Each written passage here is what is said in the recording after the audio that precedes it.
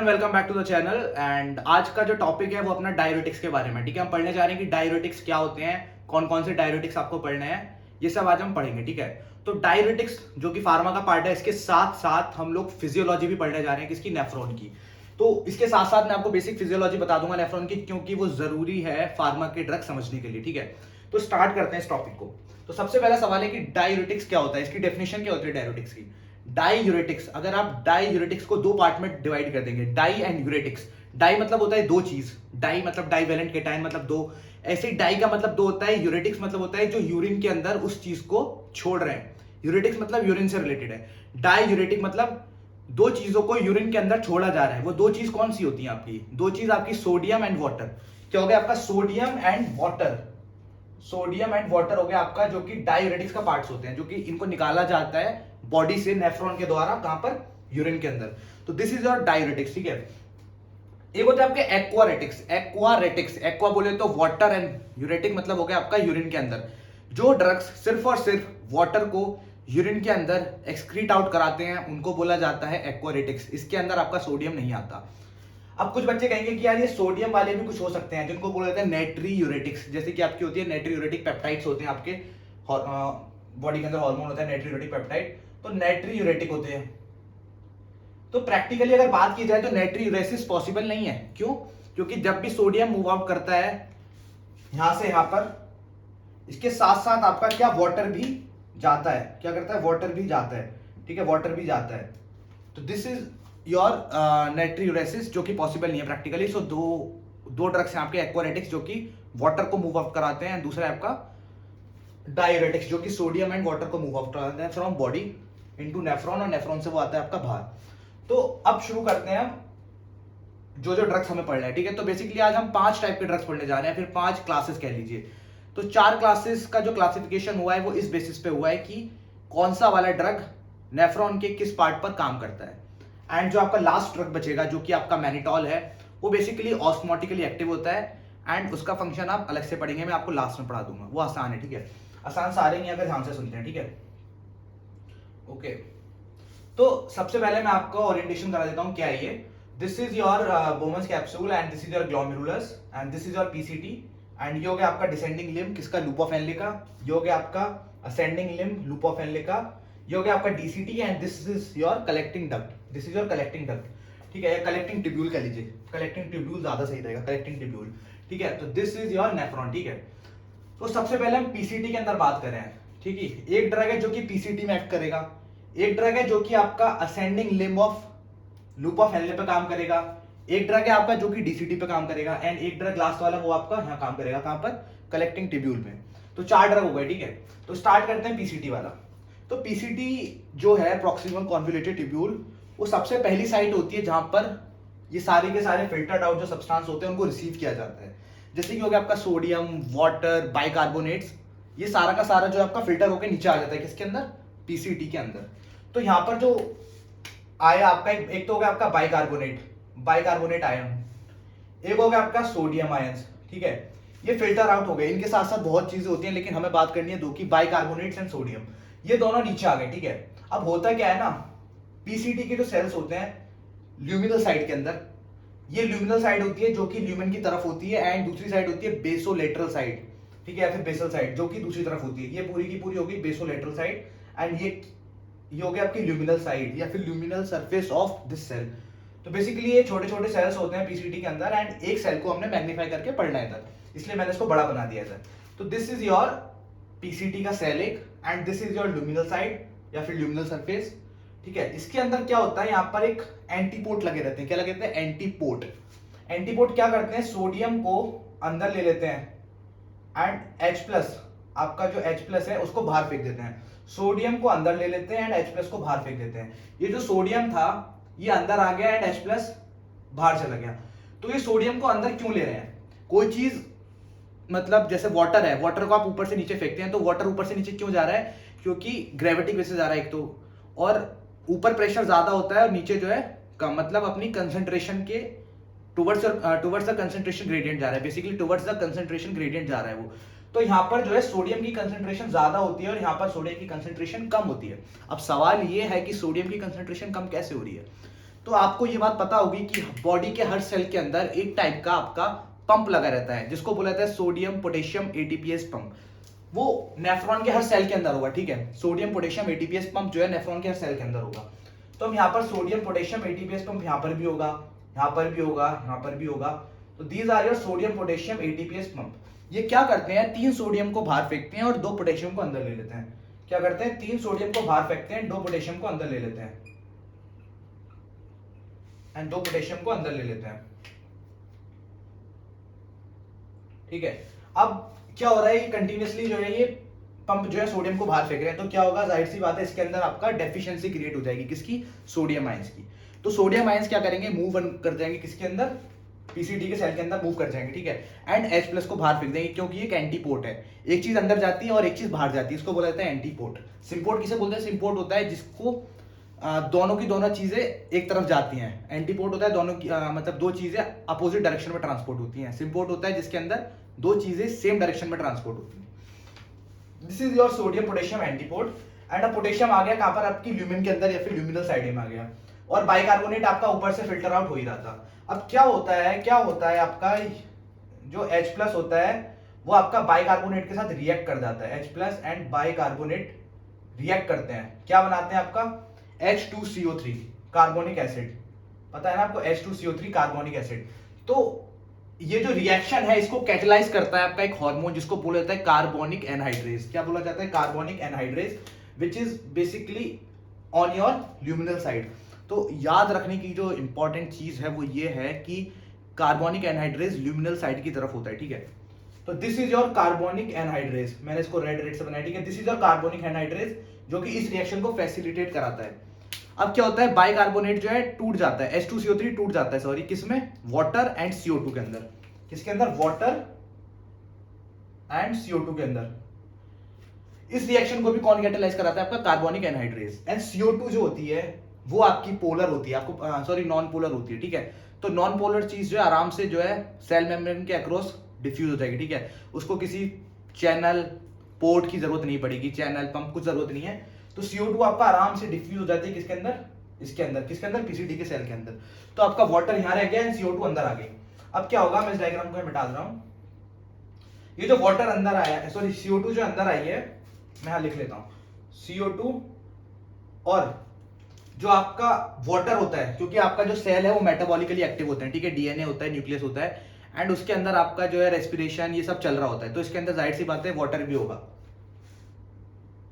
तो कुछ CO2 जो अंदर आ गई है एंड कुछ वाटर जो उसके अंदर ऑलरेडी है।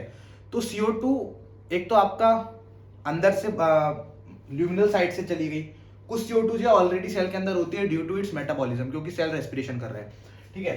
तो CO2 हो गई, वाटर हो गई। अब ये आपस में मिलके क्या बनाते हैं, H2CO3 कार्बोनिक एसिड। अगेन इस वाली रिएक्शन को भी आपका कार्बोनिक एनहाइड्रेज एंजाइम जो है वो कैटेलाइज कराता है। अब ये H2CO3 जो है टूट जाते हैं किसमें, H plus and bicarbonate ion, H plus and bicarbonate ion. And अब होता क्या है, जो H प्लस आयन टूटा था, जो H प्लस आयन टूटा था उसको बाहर फेंक दिया जाता है in exchange with your sodium. And जो बाइकार्बोनेट आयन है उसको जो है बाहर निकाल दिया जाता है, यहां से बाहर निकाल दिया जाता है, किसके साथ साथ, सोडियम के साथ साथ। एक कैटायन चला गया और एक एनायन चला गया, कोई भी पोलैरिटी का चेंज नहीं हुआ, ठीक है। बाइकार्बोनेट के साथ सोडियम को बाहर फेंक दिया, कहां पर, इंटरस्टिशियम के अंदर, जो कि फिर वो ब्लड वेसल के अंदर चले जाएंगे। तो जल्दी से इसका मैं आपको एक समरी दे देता हूं कि हुआ क्या इधर। आपका बाइकार्बोनेट आयंस थे, सोडियम आयंस थे, दोनों के दोनों फिल्टर आउट हो गए, किसके अंदर आ गए, पीसीटी के अंदर। दोनों के दोनों फ्यूज हुए, बनाया कि आपका कार्बोनिक एसिड। कार्बोनिक एसिड, इस रिएक्शन को कैटेलाइज कौन करा रहा था, आपका carbonic anhydrase enzyme. Carbonic anhydrase enzyme इसको क्या करा था, फैसिलिटेट करा रहा था। ये दोनों मिले, बाइकार्बोनेट और H प्लस, क्या बना आपका, कार्बोनिक एसिड। कार्बोनिक एसिड टूटता है किसके अंदर, CO2 एंड वाटर के अंदर। CO2 एंड वाटर के अंदर CO2 की होती है आपकी नॉन पोलर होती है, आराम से जो है डिफ्यूज हो जाएगी किसके अंदर, पीसीटी के सेल के अंदर। CO2 तब अंदर गई तो उसको पानी मिला, पानी के साथ रिएक्ट करके क्या बनाती है, H2CO3। H2CO3 इस बार फिर से टूटता है, लेकिन इस बार टूटता है H प्लस एंड बाइकार्बोनेट के अंदर। H प्लस एंड बाइकार्बोनेट के अंदर H प्लस क्या करता है आपका, H प्लस क्या करता है, वो एक्सचेंज कर लेता है किसके साथ, सोडियम के साथ, due to antiport. H plus को बाहर फेंक दिया जाता है, सोडियम को अंदर ले लिया जाता है। एंड सोडियम को अंदर लेने की जो लॉजिक थी या रीजन था वो ये था क्योंकि सोडियम डेफिशिएंसी क्रिएट होती है due to this sodium potassium ATPase pump. And sodium अंदर आ गया, एंड जो सोडियम और बाइकार्बोनेट जो कि सिर्फ और सिर्फ सेल के अंदर प्रेजेंट है अभी, उन दोनों को एक साथ जो है बाहर फेंक दिया जाता है इंटरस्टिशियम के अंदर, जो कि बाद में ब्लड के अंदर पहुंच जाएंगे। तो दिस इज द प्रोसेस जो कि आपका पीसीटी के अंदर चल रहा है। अब जो मेन इंपॉर्टेंट चीज हम ड्रग्स के बारे में पढ़ने जाते हैं, ये हो गई आपकी फिजियोलॉजी। अब मैं ड्रग्स की बात करता हूँ। एक ड्रग्स होते हैं जिनको बोला जाता है, एक ड्रग का नाम है एसिटाजोलामाइड। एसिटाजोलामाइड, एसिटा स्पेलिंग आप देख लेना, ठीक है। एसिटाजोलामाइड, एसिटाजोलामाइड क्या करता है, कार्बोनिक एनहाइड्रेस को इनहिबिट करता है। अब हम उन ड्रग्स के बारे में बात करने जा रहे हैं जो कि बेसिकली कार्बोनिक एनहाइड्रेस इनहिबिटर है, जो इस एंजाइम को इनहिबिट करते हैं, जैसे कि एसिटाजोलामाइड। तो एसिटाजोलामाइड ने क्या करा, कार्बोनिक एनहाइड्रेस को इनहिबिट कर दिया। अब जैसा मैं बोल रहा हूं वैसा सोचिए अब दिमाग में। कार्बोनिक एनहाइड्रेस क्या हो गया, इनहिबिट। आपका जो बाइकार्बोनेट आ रहा था ऊपर से, सोडियम आ रहा था ऊपर से, क्या होगा, बाइकार्बोनेट जो है H+ के साथ कभी मिलेगा ही नहीं, मतलब ये वाली रिएक्शन कभी होगी ही नहीं, ये वाली रिएक्शन कभी होगी ही नहीं। तब ये वाली रिएक्शन नहीं होगी तो आपका बाइकार्बोनेट ल्यूमेन के अंदर रह जाएगा, मतलब आपका कार्बोनिक एसिड नहीं बनेगा। कार्बोनिक एसिड नहीं बनेगा, CO2 नहीं बनेगी, CO2 नहीं बनेगी तो अंदर एक्सचेंज नहीं होगा। तो बेसिकली देखा जाए तो आपका बाइकार्बोनेट आयन ऐसा का ऐसा ही पड़ा रह गया। तो ल्यूमेन के अंदर बाइकार्बोनेट आयंस की डेंसिटी या फिर कहिए कंसंट्रेशन बढ़ जाती है। ल्यूमेन के अंदर बाइकार्बोनेट की कंसंट्रेशन बढ़ रही है, SCO3 की कंसंट्रेशन ल्यूमेन के अंदर बढ़ रही है, क्योंकि ये वाली रिएक्शन अब इनहिबिट हो गई है। अब आते हैं हम पीसीटी के सेल के अंदर। अंदर भी कार्बोनिक एनहाइड्रेज नहीं है, ठीक है, एंड अंदर आपका इस बार CO2 नहीं पहुंच रहा है। तो जाहिर सी बात है कि आपका जो रिएक्शन था जिसमें H+ प्रोड्यूस हो रहा था और बाइकार्बोनेट आयन प्रोड्यूस हो रहा था, वो अब नहीं होगा, क्योंकि बाइकार्बोनेट आयन एब्जॉर्ब भी नहीं हो पाया है। तो भाई अंदर जाके क्या करेगा, बाइकार्बोनेट जाएगा कैसे अंदर, नहीं जा पाएगा, तो आपका H+ आयन भी नहीं बनेगा। तब H+ आयन नहीं बना तो सोडियम किसके साथ एक्सचेंज करेगा, भाई सोडियम की तो मजबूरी है कि वो H+ आयन के साथ ही एक्सचेंज होगा, क्योंकि एंटीपोट है। एंटीपोट मतलब एक चीज अंदर जाएगी एक चीज बाहर जाएगी। सोडियम को अगर अंदर आना है तो H+ को बाहर फेंकना पड़ेगा, बट H+ अभी है नहीं अपने पास। तो क्या होगा, आपका सोडियम जो है ल्यूमेन के अंदर ही रह जाएगा। तो सोडियम क्या करता है, आपका ल्यूमेन के अंदर ही रहेगा। तो दो चीज जो कि अंदर नहीं जा पा रही है अब, वो कौन कौन सी, आपकी सोडियम एंड योर बाइकार्बोनेट। अब अगली चीज देखिए, सोडियम क्या कर रहा है, सोडियम क्या कर रहा है, अपने जो ल्यूमेन है उसके अंदर कंसंट्रेशन बढ़ा रहा है। सोडियम की वजह से कंसंट्रेशन बढ़ रही है किसकी, ल्यूमेन के अंदर। तो हो क्या रहा है, ये जो पीसीटी है ये जो है इंटरस्टिशियम से वाटर को खींचती है। वाटर को कैसे खींचती है, ये जो पीसीटी के सेल्स होते हैं इसके बीच में जो होता है स्पेसेस होती हैं जिसके थ्रू वाटर मूव करता है। उस मूवमेंट को क्या बोलते हैं, आपका पैरासेलुलर मूवमेंट। क्या बोलते हैं, पैरासेलुलर मूवमेंट, जो कि सेल्स के बीच में शो कर जाता है। तो कहने का मतलब ये है मेरा कि सोडियम जो है वाटर को अपनी तरफ खींचता है, जिस वजह से वाटर की कंसंट्रेशन भी आपकी बढ़ जाती है किसके अंदर, पीसीटी के अंदर। तो अब मेन पॉइंट पर आते हैं, मुद्दे की बात पे। बाइकार्बोनेट की कंसंट्रेशन अंदर बढ़ती रहे, सोडियम की कंसंट्रेशन अंदर बढ़ रही है एंड वाटर की कंसंट्रेशन बढ़ रही है। तो बेसिकली देखा जाए हमारा जो काम था डाईयूरेसिस का वो तो हो गया। कैसे हो गया, सोडियम एंड वाटर हमने यूरिन में सिक्रीट करा दिए, सोडियम और वाटर हमने यूरिन के अंदर सिक्रीट करा दिए, डाईयूरेसिस हो गया। अब कुछ इंपॉर्टेंट बातें इस ड्रग्स एसिटाजोलामाइड या फिर कार्बोनिक एनहाइड्रेस इनहिबिटर के बारे में। हो क्या रहा है, जो आपका बाइकार्बोनेट है वो आपके यूरिन के अंदर बढ़ रहा है, मतलब बाइकार्बोनेट बॉडी से जा रहा है यूरिन के अंदर, एंड यहाँ पर बाइकार्बोनेट एब्जॉर्ब नहीं हो रहा। एंड आपको ये चीज पता होगी कि बाइकार्बोनेट आयंस क्या करते हैं, बॉडी के अंदर जो एसिड बेस बैलेंस मेंटेन करने में हेल्प करते हैं। अगर सारा का सारा बाइकार्बोनेट यूरिन के अंदर चला जाएगा तो यूरिन तो एल्कलाइन बन जाएगा, लेकिन बॉडी के अंदर एसिडोसिस हो जाएगा। क्या हो जाएगा, एसिडोसिस, जिस वजह से इस ड्रग्स को मतलब प्रेफर कम किया जाता है, क्योंकि एसिडोसिस हो जाता है। एक तो पॉइंट ये याद रखना है आपको कि बॉडी के अंदर हो गया एसिडोसिस एंड आपका एल्कलोसिस हो गया किसका, यूरिन का, ठीक है। अगला पॉइंट आपको ये याद रखना है कि इस ड्रग की वजह से क्या हो रहा है, तब यहां से ये ड्रग सोडियम एंड वाटर को लेकर जाता है, सोडियम एंड वाटर को तब लेकर जाता है, तो यहां आते आते ये क्या आपका प्रिंसिपल सेल होता है, ठीक है। मैं इसको आपको बाद में बताऊंगा। बेसिकली अभी आपको एक चीज याद रखना है कि इस वजह से जो होता है हाइपोकैलीमिया हो जाता है। हाइपोकैलीमिया मतलब बॉडी के अंदर पोटेशियम के लेवल कम हो जाते हैं, K+ आयन के लेवल कम हो जाते हैं, लेकिन यूरिन के अंदर बढ़ जाते हैं। तो कैलीयूरेसिस कराता है, बेसिकली क्या कराता है, कैलीयूरेसिस। दिस इज कैलीयूरेसिस, कैलीयूरेसिस कराता है। इसके बारे में हमें बहुत डिटेल में पढ़ना है, मैं आपको लास्ट में पढ़ाऊंगा, ठीक है। कैलीयूरेसिस क्या होता है, कैलीयूरेसिस, तो दिस इज द पोटेंट कैलीयूरेसिस, मतलब यहाँ पर जो होता है ना कैलीयूरेसिस सबसे ज्यादा होता है। हर ड्रग कैलीयूरेसिस कराता है एक्सेप्ट लास्ट वाले ड्रग्स जो कि होते हैं पोटेशियम स्पारिंग ड्रग्स। तो अगर इन सब में कंपेयर किया जाए तो सबसे ज्यादा जो कैलियोरेसिस हो रहा है ना वो इस ड्रग की वजह से हो रहा है। इस ड्रग की वजह से क्यों हो रहा है वो मैं लास्ट में बताऊंगा, ठीक है। तो ये हो गया आपका कैलियोरेसिस एंड आपका मेटाबॉलिक एसिडोसिस होता है, ठीक है। ये चीज आपको याद रखनी है। अब इसके और भी यूजेस होते हैं एसिटाजोलामाइड के। माउंटेन सिकनेस, याद रखना, माउंटेन सिकनेस। तो हमने जो है पीसीटी का कंप्लीट कर दिया। एसिटाजोलामाइड जो है हमारा कार्बोनिक एनहाइड्रेज इनहिबिटर क्लास के अंदर आता है, इसके बारे में हमने पढ़ के खत्म कर दिया। अब हम आते हैं आपका ascending limb of loop of Henle. जो असेंडिंग लिम्ब होती है लूप ऑफ हेनले में, वहां पर क्या होता है आपका, ऑफ कोर्स डायूरेटिक्स पढ़ रहे हैं तो डायूरेसिस होगा। तो एक जो ड्रग यहां पर हम पढ़ रहे हैं वो है फ्यूरोसिमाइड। फ्यूरोसिमाइड आप स्पेलिंग देख लेना यार, स्पेलिंग मेरे को पक्का याद नहीं क्या है। फ्यूरोसिमाइड जो ड्रग होते हैं आपके, जो कि यहाँ पर एक्ट करते हैं। तो पहले मैं आपको नॉर्मल फिजियोलॉजी पढ़ाता हूँ कि हो क्या रहा है आखिर इधर। तो क्या हो रहा है ना, जो आपका ascending limb of loop of Henle है, वहां पर एक टाइप का आपका चैनल है जो कि क्या कर रहा है, सोडियम को अंदर ले रहा है, पोटेशियम को अंदर ले रहा है,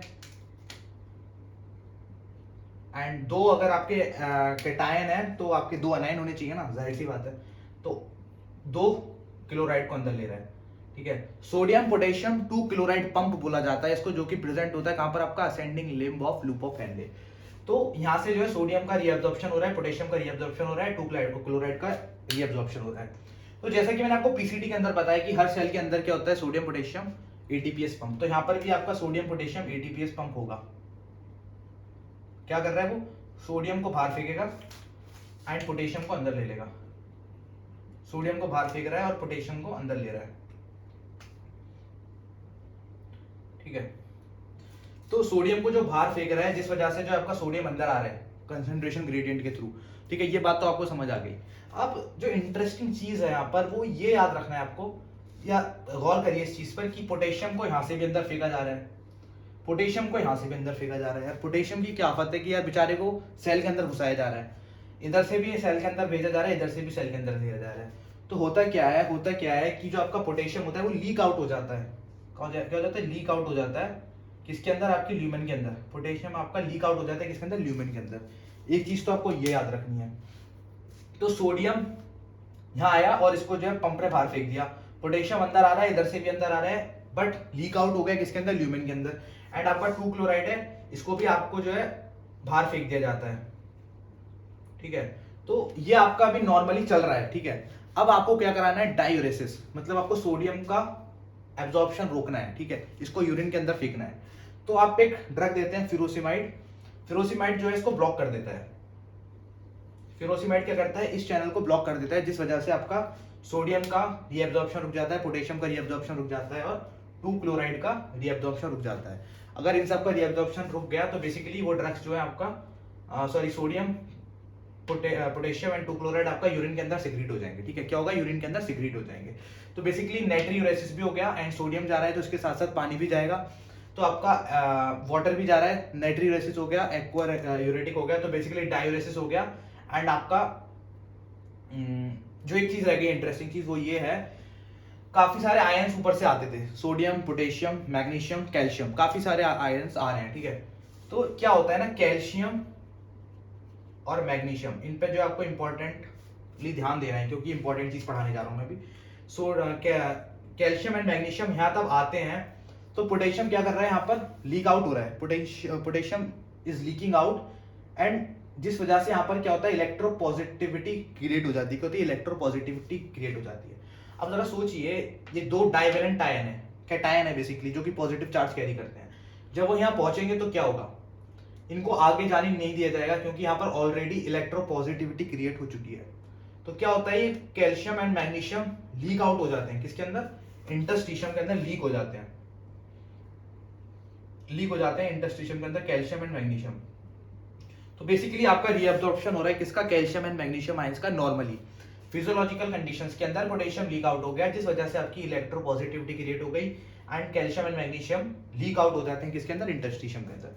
अब मैंने आपको ड्रग दे दिया जो कि नाम है फ्यूरोसिमाइड, जो कि लूप डायूरेटिक है। अब इसने इस चैनल को ब्लॉक कर दिया which is sodium potassium 2 chloride pump. तब ये ब्लॉक हो गया तो सोडियम पोटेशियम, ये सारा का सारा फिनोमिना रुक गया। तो बेसिकली जो आपका पोटेशियम अंदर जा रहा था उसका जाना बंद हो गया, पोटेशियम का अंदर जाना बंद हो गया। पोटेशियम यहाँ से तो अंदर जा रहा है बट यहाँ से अंदर नहीं जा रहा। तो बेसिकली जो पोटेशियम की कंसेंट्रेशन है पहले के मुकाबले, पहले के से अगर हम देखते हैं वो कम हो रही है। तो पोटेशियम जो लीक होगा वो यहाँ से कम होगा, पोटेशियम यहाँ से लीक कम होगा। एंड जो इलेक्ट्रोपॉजिटिविटी यहाँ क्रिएट होती थी ड्यू टू पोटेशियम आयन वो कम बनेगी इस बार। तो इलेक्ट्रोपॉजिटिविटी कम बनेगी जिस वजह से कैल्शियम एंड मैग्नीशियम आगे जा पाएंगे, कैल्शियम एंड मैग्नीशियम आगे जा पाएंगे। इसका मतलब कि यूरिन के अंदर लीक आउट हो जाएंगे, यूरिन के अंदर लीक आउट हो जाएंगे क्या आपका कैल्शियम एंड मैग्नीशियम। तो ये जो आपके डाययूरेटिक्स हैं या फिर लूप डाययूरेटिक्स जैसे कि फिरोसिमाइड क्या करते हैं, आपका कैल्शियम को भी एक्सक्रीट आउट करा देते हैं, which is basically calcium body के अंदर कम हो रहा है, मतलब बोला जाए तो हाइपोकैल्सीमिया होता है, ठीक है। तो ये आपकी बॉडी के अंदर हाइपोकैल्सीमिया कर सकते हैं क्या, लूप डाययूरेटिक्स। तो इसलिए इनको प्रेफर कम किया जाता है किसके अंदर, ओल्ड पीपल के अंदर, क्योंकि उनके अंदर ऑलरेडी ऑस्टियोपोरोसिस वगैरह स्टार्ट हो जाती है, हड्डियों में कमजोरी आना शुरू हो जाती है। एंड अब उसकी आप कैल्शियम और निकाल देते हैं तो और कमजोरी आ जाएगी। तो basically loop diuretics are avoided.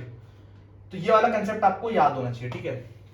Calcium excrete out होता है सबसे पहले, मैग्नीशियम एक्सक्रीट आउट हो जाता है, पोटेशियम एक्सक्रीट आउट हो रहा है, सोडियम एक्सक्रीट आउट हो रहा है, एंड आपका 2 क्लोराइड्स मतलब क्लोराइड बेसिकली भी एक्सक्रीट आउट हो रहा है, एंड वाटर तो जाएगा ही इनके साथ, ठीक है। तो दिस इज द फंडा ऑफ योर फ्यूरोसिमाइड या फिर कह लीजिए लूप डाययूरेटिक्स। अब मैं आता हूं डीसीटी के ऊपर, ठीक। पीसीटी कवर हो गया अपना, लूप डाययूरेटिक्स कवर हो गया, अब आते हैं हम डीसीटी। तो डीसीटी के अंदर जो आप मैंने सेल बनाया है डीसीटी का है, छोटे छोटे सेल्स होते हैं, इनको मैग्नीफाई करें, ठीक है। तो डीसीटी के अंदर जो होता है एक फिनोमेना रन हो रहा होता है जिसके अंदर क्या होता है आपका, जैसे आप यहाँ देख रहे थे ना, एक चैनल था सोडियम पोटेशियम 2 क्लोराइड, बट यहाँ पर जो एक अलग टाइप का चैनल होता है जो कि सोडियम एंड क्लोराइड को सिंपोर्ट कराता है। अब याद करने की कोशिश करिए सिंपोर्ट क्या होता है। सिंपोर्ट मतलब दोनों चीजों को सेम डायरेक्शन में ले जा रहे हैं। This is your symport and this is your antiport. तो सोडियम एंड क्लोराइड जो है अंदर की तरफ रीअब्सॉर्ब हो रहे हैं, ठीक है, तब अंदर की तरफ जा रहे हैं। सेम यहां पर आपका सोडियम पोटेशियम एटीपीएस पंप होगा जो सोडियम को तो आउट करेगा एंड इस सबको मिटा देते हैं, सोडियम आपका बाहर आ जाएगा एंड पोटेशियम आपका अंदर चला जाएगा, ठीक है। तो सोडियम आपका बाहर चला गया, पोटेशियम अंदर आ गया। तो सोडियम एंड क्लोराइड को क्या हो रहा है, रीअब्सॉर्प्शन हो रहा है। एंड एक चीज जो आपको याद रखनी है वो याद रखनी है कि ये जो डीसीटी के सेल्स होते हैं ना, इन पर पैराथ हार्मोन एक्ट करता है। क्या करता है, पैराथ हार्मोन या फिर पैराथायरॉइड हार्मोन क्या करता है, एक्ट करता है। एंड जिस वजह से यहाँ पर कैल्शियम सोडियम कैल्शियम एक्सचेंजर होते हैं। क्या होते हैं, सोडियम कैल्शियम एक्सचेंजर या फिर कहिए एंटीपोर्ट होते हैं। एंड पैराथायरॉइड हार्मोन यहाँ पे क्या करा देता है, चैनल क्रिएट करा देता है। क्या करा देता है, चैनल क्रिएट, जो कि बेसिकली कैल्शियम चैनल्स होते हैं।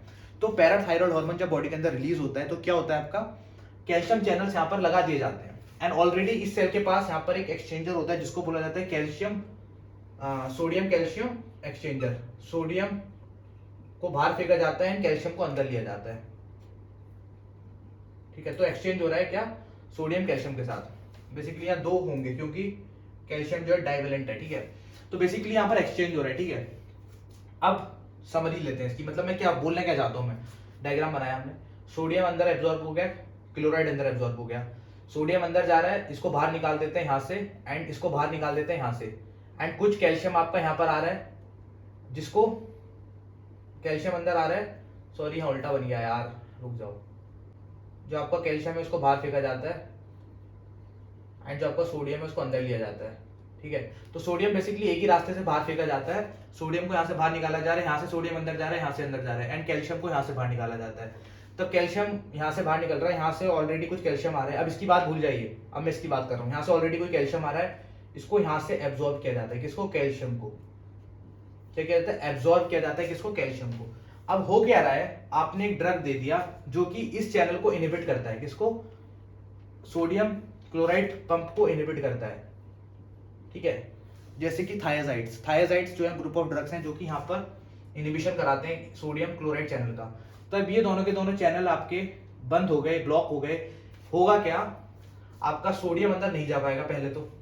तब सोडियम अंदर नहीं जा रहा तो आपका जो ये सोडियम अंदर आ रहा था, ये वाला जो सोडियम अंदर आ रहा था, इसका आने का रेट बढ़ जाएगा, क्योंकि ये वाला चैनल तो हमेशा काम करता रहेगा ना। ये वाला चैनल ब्लॉक नहीं किया है हमने, ये सोडियम को बाहर फेंक रहा है और सोडियम यहाँ से अंदर जा नहीं रहा, तो डायरेक्टली जो आपका ये वाला सोडियम का ये वाला आना सोडियम बढ़ जाएगा।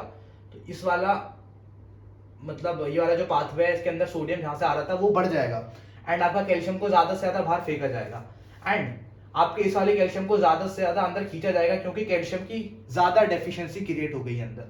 तो मेरा जो कहने का मतलब है वो ये है, थायाजाइड जो मैंने यहां पर दिए हैं थायाजाइड्स, वो क्या कर रहे हैं, वो क्या कर रहे हैं, सोडियम को कम कर रहे हैं किसके अंदर, सेल के अंदर। सोडियम मतलब यूरिन के अंदर सोडियम को बढ़ा रहे हैं, क्लोराइड को बढ़ा रहे हैं सोडियम के अंदर, कैल्शियम को यूरिन के अंदर कम कर रहे हैं। दिस इज द फंडा जो मैं आपको बताना चाह रहा था। जो लूप डायरेटिक्स होते हैं वो कैल्शियम को एक्सक्रीट आउट करा देते हैं। Basically loop diuretics are causing your hypocalcemia and जो आपके थायाजाइड्स हैं या फिर जो आपके डीसीटी पे एक्ट करते हैं ड्रग्स जिनको थायाजाइड बोला जाता है, वो जो ग्रुप है डायरेटिक्स का वो कैल्शियम का रीअब्जॉर्प्शन या फिर इनटेक बढ़ा देता है। तो this is causing your hypercalcemia. तो देखा जाए तो these drugs are safe for your old people जिनके अंदर कैल्शियम की डेफिशिएंसी क्रिएट हो सकती है। तो ये चीज आपको याद रखनी है, ठीक है, कि यहां पर जो था आपका सोडियम, वाटर, पोटेशियम, क्लोराइड सब कुछ यूरिन के अंदर जा रहा था, यहां पर भी सब कुछ जा रहा था एक्सेप्ट योर कैल्शियम। कैल्शियम यहां पर जो है यूरिन के अंदर डाला जा रहा था एंड यहां से कैल्शियम को निकाला जा रहा था। Basically this is causing hypocalcaemia, this is causing your hypercalcaemia, जो कि बॉडी के अंदर कैल्शियम के लेवल बढ़ा देता है। एंड बेसिकली इसलिए हो रहा है क्योंकि पैराथायरॉयड हार्मोन जो होता है वो यहाँ पर चैनल्स को इंसर्ट कर देता है जिनको बोला जाता है कैल्शियम चैनल्स, ठीक है। तो ये पूरा का पूरा आपको समझ आ जाना चाहिए, ठीक है। ये हो गया आपका एक ग्रुप ऑफ ड्रग, ठीक है, एक यहाँ पढ़ लिया, एक यहाँ पढ़ लिया, एक यहाँ पढ़ लिया। अब मैं आता हूँ इधर, जो आपका फोर्थ वाला जो ग्रुप है इनको बोला जाता है पोटेशियम स्पैरिंग ड्रग्स। क्या बोला जाता है, पोटेशियम स्पैरिंग ड्रग्स। स्पैरिंग मतलब होता है जो छोड़ देते हैं पोटेशियम को, मतलब पोटेशियम को यूरिन के अंदर नहीं जाने देते। तो मैंने आपको यहाँ बोला था ना कि ये वाले ड्रग्स क्या करा देते हैं, कैलियूरेसिस। ये वाले ड्रग्स भी आपकी कैलियूरेसिस करा देते, ठीक है, एंड ये वाले ड्रग्स भी आपकी कैलियूरेसिस करा देते हैं। बट ये वाले ड्रग्स जो है कैलियूरेसिस नहीं होने देते हैं, मतलब बॉडी से पोटेशियम आयंस नहीं जाने देते हैं। तो वो क्यों हो रहा है, क्या हो रहा है, वो मैं आपको बताता हूं अभी, ठीक है। ये जो सेल्स होते हैं इनको बोला जाता है प्रिंसिपल सेल्स, जो कि प्रेजेंट होते हैं on the collecting tubule, principal cells. तो यहाँ पर आपका एक चैनल होता है किसके लिए, सोडियम के लिए, एंड एक चैनल होता है आपका, एक नहीं मतलब बहुत सारे होते हैं, एक टाइप के चैनल्स होते हैं सोडियम के लिए, एक टाइप के चैनल्स होते हैं पोटेशियम के लिए। तो पोटेशियम को अंदर खींच लिया जाता है एंड सोडियम को बाहर फेंक दिया जाता है। तो ये चैनल्स लगाए किसने, सबसे पहला सवाल तो ये है मेरा। तो जो आपका एल्डोस्टेरोन हार्मोन होता है, एल्डोस्टेरोन हार्मोन वो बेसिकली इन सेल्स पर काम करता है जो कि आपके प्रिंसिपल सेल्स होते हैं। तब इन पर वो हार्मोन एक्ट करता है, तो इन वाले आपके चैनल्स को यहाँ लगा दिया जाता है, जो कि सोडियम को बाहर फेंकते हैं, पोटेशियम को अंदर खींचते हैं। एंड यहाँ पर आपका जैसा कि सारे मतलब हमने बात करी, यहाँ पर आपका सोडियम पोटेशियम एटीपीएस पंप होगा, जो 3 सोडियम को बाहर फेंक देगा एंड पोटेशियम को अंदर ले लेगा, ठीक है। तो 3 सोडियम बाहर फेंक रहा है, 1 पोटेशियम को अंदर ले रहा है। तो हो क्या रहा है, आपका सोडियम यहां से बाहर जा रहा है, आपका सोडियम यहां से बाहर जा रहा है, पोटेशियम यहां से भी अंदर जा रहा है, यहां से भी अंदर जा रहा है, ठीक है। अब ये जो आपका सोडियम एंड पोटेशियम है, मतलब ये जो पंप है, इनको कौन लगा रहा था, आपको एल्डोस्टेरोन लगा रहा था, ठीक है। अब आप सोडियम का जो है रीएब्जॉर्प्शन या फिर सोडियम का जो रीएब्जॉर्प्शन था, यहां गलत बना दिया यार मैंने, रुको, पोटेशियम को बाहर फेंका जाएगा, सोडियम को अंदर लिया जाएगा, ठीक है। सोडियम को अंदर लिया जा रहा है, पोटेशियम को बाहर फेंका जा रहा है, ठीक है। तो अब क्या हो रहा है, सोडियम का रीअब्जॉर्प्शन हो रहा है ड्यू टू द एल्डोस्टेरोन, ठीक है। अगर आपने एल्डोस्टेरोन को रोक दिया या फिर एल्डोस्टेरोन का एक्शन रोक दिया, तब भी आपका सोडियम को आप रोक सकते हैं अंदर जाने से, मतलब वो भी डायूरेसिस करा देगा। अगर आपने इस वाले चैनल को अकेला ब्लॉक कर दिया, तब भी आपका डायूरेसिस हो जाएगा, मतलब डायूरेसिस मतलब आपका सोडियम अंदर नहीं जा पाएगा, सोडियम को यहाँ फेंक दिया जाएगा। तो दो होते हैं, 2 टाइप के ड्रग्स पढ़ने हैं आपको पोटेशियम स्पैरिंग ड्रग्स के अंदर। एक होता है ग्रुप जो कि एल्डोस्टेरोन को ब्लॉक करेगा, एल्डोस्टेरोन इनहिबिटर्स, जो कि यहाँ पर रिसेप्टर्स होते हैं एल्डोस्टेरोन के, उनको इनहिबिट करेगा। एक ग्रुप है आपका इनैक चैनल ब्लॉकर, इन चैनल को बोला जाता है इनैक। इनैक मतलब एंडोथीलियल पर जो सोडियम चैनल्स हैं, एंडोथीलियल रिलेटेड सोडियम चैनल्स, इनको बोला जाता है इनैक चैनल्स, इनको ब्लॉक करेगा। अगर इनको ब्लॉक करते हैं जो ड्रग, उनका नाम है एमाइलोराइड या फिर ट्राइमटेरिन। आपको याद रखना है नाम, अमाइलोराइड या फिर ट्राइमटेरिन, 2 ड्रग के नाम मैं आपको बता रहा हूं, ट्राइमटेरिन, अमाइलोराइड एंड ट्राइमटेरिन, जो कि इनैक चैनल ब्लॉकर होते हैं। एंड एक ड्रग जो एल्डोस्टेरोन को ब्लॉक करता है वो का स्पाइरेनोलैक्टोन। स्पाइरेनोलैक्टोन बुक में स्पेलिंग देख लेना, ठीक है। स्पाइरेनोलैक्टोन जो कि एल्डोस्टेरोन को ब्लॉक कर रहा है। अब हो क्या रहा है, ये आपका प्रिंसिपल सेल है डीसीटी के और ऑलमोस्ट कलेक्टिंग टिब्यूल के जंक्शन पे एक सेल होता है जिसका फंक्शन बड़ा ही यूनिक होता है। यूनिक क्या होता है, यहाँ पर एक चैनल लगा रहता है जो कि क्या करता है, H+ आयंस को एक्सक्रीट आउट करता है या फिर सिक्रीट करता है किसके अंदर, ल्यूमेन के अंदर। तो चल क्या रहा है प्रोसेस, ये हो रहा है CO2 और वाटर अंदर है क्योंकि CO2 ऑलरेडी प्रोड्यूस हो रही है क्योंकि मेटाबॉलिज्म चल रहा है सेल का। तो CO2 एंड वाटर आपस में मिलते हैं, क्या बनता है H2CO3। H2CO3 टूटता है किसमें, H+ एंड बाइकार्बोनेट। जो आपका H+ होता है उसको बाहर फेंक दिया जाता है एंड जो आपका बाइकार्बोनेट होता है उसको अंदर ले लिया जाता है, मतलब आपके ब्लड के अंदर दे दिया जाता है। बाइकार्बोनेट आपका ब्लड के अंदर चला जाता है, H+ को इधर फेंक दिया जाता है। तो अब जो कैलीयूरेसिस का जो फंडा था मैं आपको अब समझाता हूं, ठीक है। जो आपका सोडियम का रीएब्जॉर्प्शन होता है सबसे ज्यादा यहां से होता है, यहां से होता है सबसे ज्यादा, ऑलमोस्ट 60%, 60 मेरे को एग्जैक्ट नहीं पता, 60% ऑलमोस्ट यहाँ से होता है, 20% ऑलमोस्ट यहाँ से होता है, 8 to 9%, 10% यहाँ से होता है, ठीक है। तो 25% ऑलमोस्ट यहाँ से होता है, 60% यहाँ से होता है, क्या, सोडियम का रीअब्जॉर्प्शन। अब मैं आपसे पूछता हूँ कि सबसे अच्छा डायूरेटिक मतलब डायूरेटिक ड्रग कौन सा होता है। एक यहाँ पर आप डायूरेटिक पढ़ रहे थे जो कि 60% सोडियम को अंदर जाने से रोकता था। एक आप यहाँ पर ड्रग पढ़ते थे जो कि ऑलमोस्ट 20% वाले सोडियम को रोकता था। एक यहाँ पर पढ़ रहे थे जो कि ऑलमोस्ट 8 से 10% सोडियम को अंदर जाने से रोकता था। तो सबका जवाब एक ही आएगा, ये वाले, दीज आर द बेस्ट, क्योंकि 60% सोडियम को रीअब्जॉर्ब होने से रोकते हैं। लेकिन आंसर गलत है आपका। आंसर गलत इसलिए है, अगर इमेजिन करिए आपने यहाँ से सोडियम को रोक लिया, अंदर नहीं जाने दिया, ल्यूमेन के अंदर रहा सोडियम, तो आगे भाई 25% वाला बैठा है, आपने यहाँ पर सबको रोक लिया सोडियम, बट यहाँ से तब सोडियम आगे जाएगा 25% वाला खींचेगा अंदर, क्योंकि वो भी जो है रीअब्जॉर्ब कर रहा है सोडियम को, और आगे जाएगा तो ये भी खींचेंगे सोडियम को। तो बेसिकली ये जो है सबसे अच्छा डायूरेटिक नहीं है, मतलब टॉप मोस्ट डायूरेटिक नहीं है। एंड ये ऑलरेडी आपका क्या करा रहा था, मेटाबॉलिक एसिडोसिस। अब अगर मैं इस 25% वाली की बात करूं, दिस इज द बेस्ट। ये वाला जो है मैक्सिमम डायूरेसिस कराता है। बेस्ट मतलब है कि सबसे ज्यादा डायूरेसिस कराता है। क्यों कराता है, क्योंकि ये 25% ऑलमोस्ट क्या करता है, अपने अंदर ले लेता है, 25% लेता है। अब मैंने क्या लगा दिया, यहाँ पर ड्रग लगा दिया। कौन सा ड्रग लगा दिया, फिरोसिमाइड। फिरोसिमाइड तब इधर लग गया तो 25% जो आपको सोडियम रीअब्जॉर्ब हो रहा था वो अब होगा नहीं, वो तब आगे जाएगा। एंड यहाँ पर अब कितना होता है, 8 से 10% होता है, उतना ऑलमोस्ट होगा नहीं सोडियम, और वो यूरिन के अंदर सिक्रीट हो जाएगा, मतलब कम सोडियम आगे जो है रीअब्जॉर्ब होगा अगर इससे कंपेयर करें। क्योंकि यहाँ पर अगर आप छोड़ते हैं तो 25% ही एब्जॉर्ब हो जाएगा, 8 से 10% यहाँ हो जाएगा। इससे बेटर है यहाँ पर लगाएं तो ऑलमोस्ट 8 से 10% ही रीअब्जॉर्ब हो पाएगा। तो this is the better diuretic, क्योंकि सबसे ज्यादा डायूरेसिस कराता है ये, ठीक है। क्या आपका लूप डायूरेटिक सबसे ज्यादा डायूरेसिस कराते हैं। अब मैं आता हूँ पोटेशियम वाले फंडे पर। पोटेशियम वाला फंडा मैं क्या बोल रहा हूँ बार बार। अब आपका सोडियम, आपने यहाँ पर एक ड्रग लगाया, डायूरेटिक ड्रग लगाया, ठीक है, जिस वजह से सोडियम एंड वाटर इसके अंदर बढ़ गया। मान लीजिए आपने यहाँ पर भी एक ड्रग लगाया जिस वजह से क्लोराइड भी इसके अंदर बढ़ गया, क्योंकि आपने यहाँ पे क्लोराइड रोक लिया जाना। तब ये सारे के सारे ड्रग्स इधर आएंगे तो क्या होगा,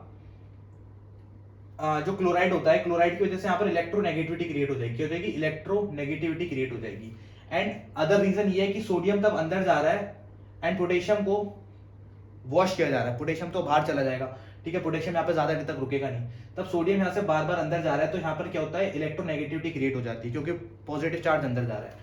तो एक इलेक्ट्रोनेगेटिविटी क्रिएट हो रही है ड्यू टू सोडियम के अंदर जाने से, एंड क्लोराइड आयंस भी इधर आ रहे हैं जिस वजह से आपकी इलेक्ट्रोनेगेटिविटी क्रिएट हो रही है। एंड अगला रीजन क्या है, आपका वाटर। आपने पीछे ड्रग्स लगाए हैं जो कि पानी को बढ़ा रहे हैं, किसके अंदर, इस ल्यूमेन के अंदर। अगर पानी की मात्रा इस ल्यूमेन के अंदर बढ़ गई तो पोटेशियम का फ्लो या फिर वॉशिंग ऑफ पोटेशियम बहुत जल्दी होगी, ठीक है, बहुत जल्दी हो रही है। इसका मतलब ये जितने भी डायूरेटिक्स हैं पोटेशियम को निकालना चाहते हैं, मतलब पोटेशियम का यूरिन के अंदर कंसंट्रेशन बढ़ाते हैं। तो इस पॉइंट से पहले जितने भी डायूरेटिक्स हैं वो क्या कर रहे हैं, आपका कैलियूरेसिस, हैवी कैलियूरेसिस करते हैं। कैसे करते हैं मैंने आपको बताया। एक लॉजिक तो ये था कि सोडियम यहाँ से आ रहा है, अगर सोडियम यहाँ ज्यादा होगा ऑलरेडी, क्योंकि आपने डायूरेटिक्स लगा दिया, सोडियम अगर ज्यादा होगा तो यहाँ से ज्यादा अंदर जाएगा, क्योंकि कंसंट्रेशन ग्रेडियंट के थ्रू जाता है वो। तो सोडियम ज्यादा से ज्यादा जो है अंदर घुसेगा, जिस वजह से क्या होगा, आपका पोटेशियम ज्यादा से ज्यादा बाहर आएगा, क्योंकि पॉजिटिव चार्ज अंदर जा रहा है तो दूसरा वाला पॉजिटिव चार्ज ज्यादा पुश होगा। या फिर इसको ऐसे समझिए, सोडियम अगर ज्यादा से ज्यादा अंदर जा रहा है तो इसको ज्यादा से ज्यादा बाहर फेंका जाएगा ना, क्योंकि किसी की कंसंट्रेशन बढ़ रही है तो पंप जो है ज्यादा काम करेगा। पंप तब ज्यादा काम करेगा तो सोडियम को ज्यादा बाहर फेंका जाएगा एंड पोटेशियम को ज्यादा अंदर लिया जाएगा। पोटेशियम तब ज्यादा अंदर जाएगा तो पोटेशियम यहाँ से ज्यादा बाहर आएगा। तो पोटेशियम यहाँ से ज्यादा बाहर आएगा तो क्या हो गया आपका, कैल्यूरेसिस। एक तो फंडा ये हो गया आपका। अगला लॉजिक ये था, आपका जो वाटर आ रहा था ड्यू टू योर डायूरेटिक, क्योंकि डायूरेटिक वाटर की मात्रा बढ़ा देते थे, तो पोटेशियम का यहाँ से ज्यादा फ्लशिंग होगा या फिर वॉशिंग होगा किसका, पोटेशियम का। तो पोटेशियम आयन यहाँ से जब जल्दी जल्दी आगे जाएंगे तो नए पोटेशियम आयन जल्दी जल्दी इधर आते रहेंगे, क्योंकि यहाँ पर कंसंट्रेशन ग्रेडियंट क्रिएट होता रहेगा, जिस वजह से और कैल्यूरेसिस होगा। एंड तीसरा लॉजिक ये था, क्लोराइड आयंस आपने यहाँ पे ब्लॉक कर दिया था, क्लोराइड आयन यहाँ पर आएंगे एंड सोडियम अंदर जा रहा है कंटिन्यूअसली, जिससे क्या होगा, इलेक्ट्रोनेगेटिविटी क्रिएट हो जाएगी जो इस पोटेशियम आयन को खींचेगी बाहर। इलेक्ट्रोनेगेटिविटी क्या करेगी, पोटेशियम आयन को खींचेगी, जिस वजह से फिर से आपका क्या होगा, कैल्यूरेसिस। तो जितने भी ड्रग्स इस पॉइंट से पीछे एक्ट करते हैं, they are not potassium sparing drug, या फिर पोटेशियम को यूरिन के अंदर फेंकवा देते हैं। एंड सबसे ज्यादा जो कैल्यूरेसिस करता है ड्रग, सबसे ज्यादा कैल्यूरेसिस करता है वो ये वाला करेगा, ठीक है, सबसे ज्यादा कैल्यूरेसिस ये वाला ड्रग कराएगा आपका। तो ये हो गया आपका कैल्यूरेसिस का फंडा। अब अगला फंडा क्या बताया था मैंने आपको, पोटेशियम स्पारिंग ड्रग्स, जैसे कि स्पाइरेनोलेक्टोन, आपका अमिलोराइड एंड आपका ट्राइमटेरिन। ये क्या करता है, यहाँ पर एक्ट करता है।